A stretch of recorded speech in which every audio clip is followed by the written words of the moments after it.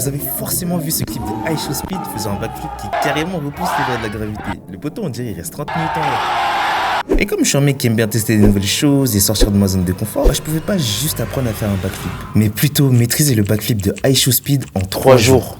Bienvenue. C'est parti. J'ai toujours rêvé de maîtriser les backflips, parce que peu importe où t'en fais, ça restera stylé. Mais j'avais encore jamais tenté par peur. Sauf qu'un jour, j'ai vu ce banger d'High Show Speed qui m'a fait comprendre que j'étais plus à la page. Et qu'il fallait que je me bouge le cul pour le rattraper. Du coup, j'ai enfilé les chaussures et je suis parti tenter. Par contre, pour vous situer un petit peu, mon niveau actuel au jour 1, c'était ça. Hey, je me suis tué le genou. Wesh. Putain. Du coup, il fallait encore que je me mette en confiance. Et c'est pour ça que j'ai fait toutes les figures présentes dans mon répertoire avant de tenter le backflip. Et quand je me suis senti assez à l'aise, je me suis lancé.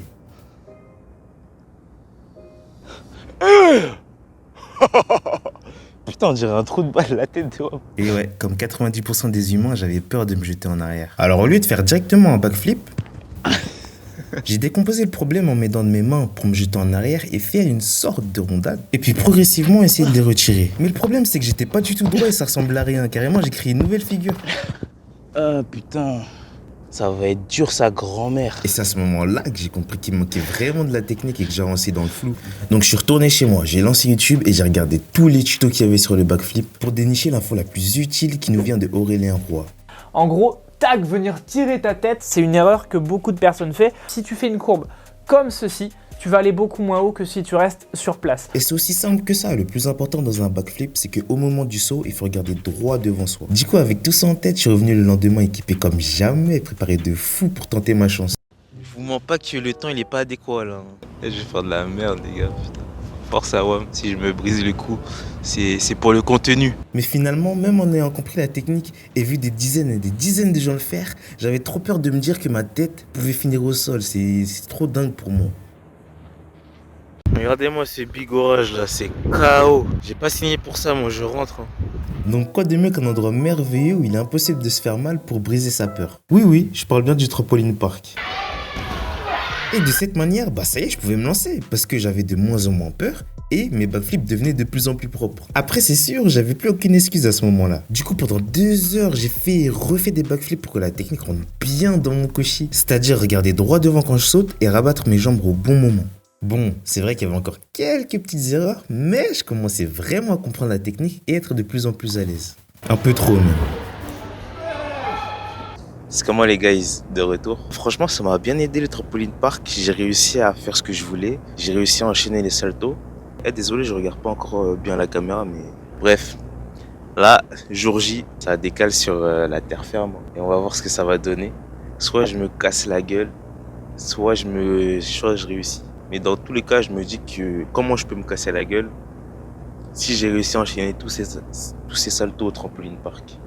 Et voilà, hein, ça va le faire, c'est carré. Donc sur ces belles paroles, je suis parti le lendemain du trampoline park tenter mon premier backflip sur la terre ferme avec un matelas de 2 mm d'épaisseur. Bien inutile en gros. Je teste si le matelas il est safe. Là, je pense que c'est bon. Ouais, ça se trouve, je fais un truc incroyable du premier coup. Ça se trouve, ça va être dégueulasse. Et à ce moment-là, je suis en train de réaliser que je dois sauter, mais sans aide. Il restait absolument rien pour me rassurer, à part ce matelas piteux. Et je me disais dans ma tête, putain, j'ai la flemme de mourir maintenant. Là, c'est réel, là, je dois sauter, genre. Moi, je rigolais à la base, j'ai fait ça pour la hype. Mais heureusement qu'on m'a rassuré quand même. T'inquiète.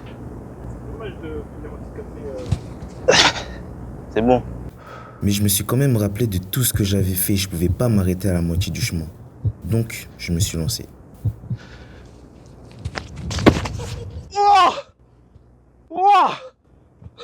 Mais attendez, celui-là il était dégueulasse donc j'en ai refait un juste après qui là était mieux.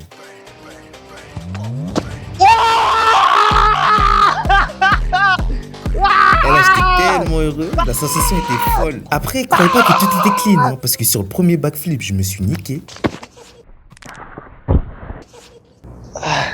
Je me suis tué les doigts. Et juste après le backflip propre, je me suis aussi niqué. Bref, Bonhomme. du coup là, il me restait plus qu'à enchaîner les essais pour rendre propre mon backflip et surtout le valider symboliquement. Ça veut dire sans avoir de matelas, juste moi, mes pieds et le sol. Qu'est-ce qu'il y a? Donc oui, maintenant c'est officiel, je maîtrise le backflip. Et j'ai donc toutes les cartes en main pour attaquer celui de High Show Speed. Sauf que le lendemain, il s'est passé ça. T'as dit quoi les guys? Comme vous pouvez le voir, actuellement je suis dans le mal. J'ai mal à la tête, j'ai mal au doigt aussi. Et je suis malade, j'ai mal à la gorge. Je sais pas, le salto il est maudit peut-être. J'aurais pas dû essayer de faire un backflip. Ça te dit quoi? C'est une impo du futur. Du coup, comme je disais, comme j'étais malade, bah je me suis dit tranquille, je vais attendre 2-3 jours que ça passe. Une semaine j'ai attendu. Et j'étais toujours dans le mal, c'est ça le pire. Et j'ai quand même tenté, mais je me sentais vraiment pas bien. Du coup, le résultat est macabre.